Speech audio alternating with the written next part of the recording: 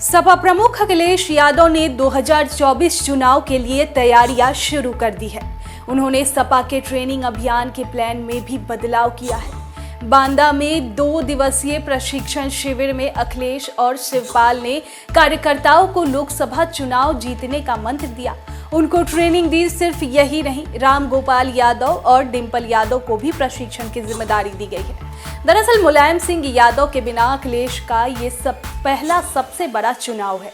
ऐसे में अब अखिलेश ने यूपी के 80 लोकसभा सीट में 35 जिताऊ जिले के कार्यकर्ताओं को ट्रेंड करने पर फोकस किया है। यानी अब सपा अपनी एनर्जी उन जिलों में ज्यादा लगाएगी जहां उसको जीत की ज्यादा उम्मीदें हैं। पार्टी के सूत्र बताते हैं कि लोकसभा में 35 सीटें ऐसी हैं जिन पर सपा का दबदबा रहा है।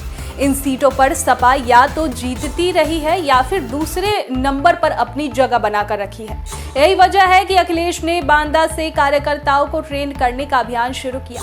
बांदा में 16-17 अगस्त, फतेहपुर में 17 और 18 अगस्त और फिरोजाबाद में 20 और 21 अगस्त को होने वाले प्रशिक्षण शिविर में अखिलेश शामिल होंगे।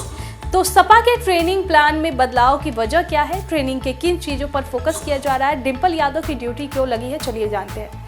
तो सबसे पहला पॉइंट है, जातीय उम्मीदवारों की सूची तैयार कर रही है सपा।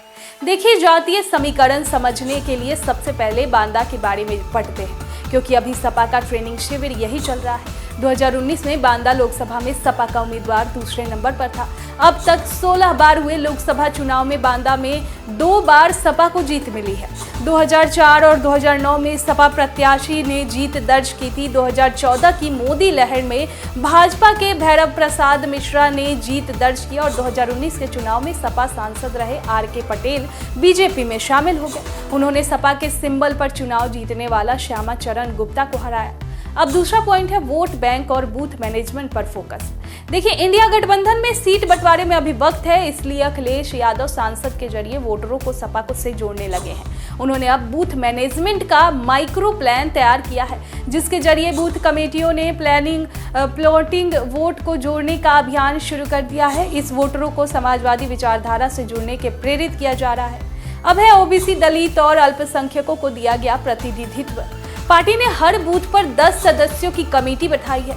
इसमें ओबीसी, दलित और अल्पसंख्यकों को प्रतिनिधित्व खास तौर पर दिया गया है।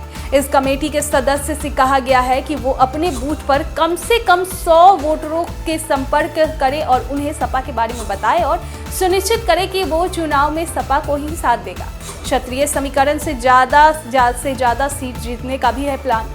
समाजवादी पार्टी पीडीए यानी दलित, पिछड़ा, अल्पसंख्यक को जोड़ने के साथ ही अगड़ों, क्षत्रिय, ब्राह्मण, कायस्थ को भी जोड़ने का अभियान चलाया जाएगा। क्षत्रिय सम्मेलन में इसकी शुरुआत की जाएगी। इसके बाद अन्य जातिगत सम्मेलन किए जाएंगे। ट्रेनिंग अभियान में इसकी जानकारी दी जा रही है। समाजवादी पार्टी के मुखिया अखिलेश यादव ने लोकसभा चुनाव की तैयारियां शुरू कर दी है। इसके लिए उन्होंने एनडीए को जवाब देना पीडीए का नारा दिया है। अब 2014 से अब तक हुए चुनाव सपा का इतिहास जानते हैं। समाजवादी पार्टी के पिछले कुछ चुनावी परिणामों को अगर देखा जाए तो 2012 के उत्तर प्रदेश विधानसभा चुनाव परिणाम के बाद से ही समाजवादी पार्टी हिस्सा करारी हार आई है। चाहे वो 2014 के लोकसभा चुनाव हो, 2017 के विधानसभा चुनाव, 2019 का लोकसभा चुनाव और 2022 के विधानसभा चुनाव हो, हर बार समाजवादी पार्टी को बीजेपी के हाथों हार का सामना करना पड़ा है। निकाय चुनाव 2023 में एक भी मेयर नहीं जीत पाई,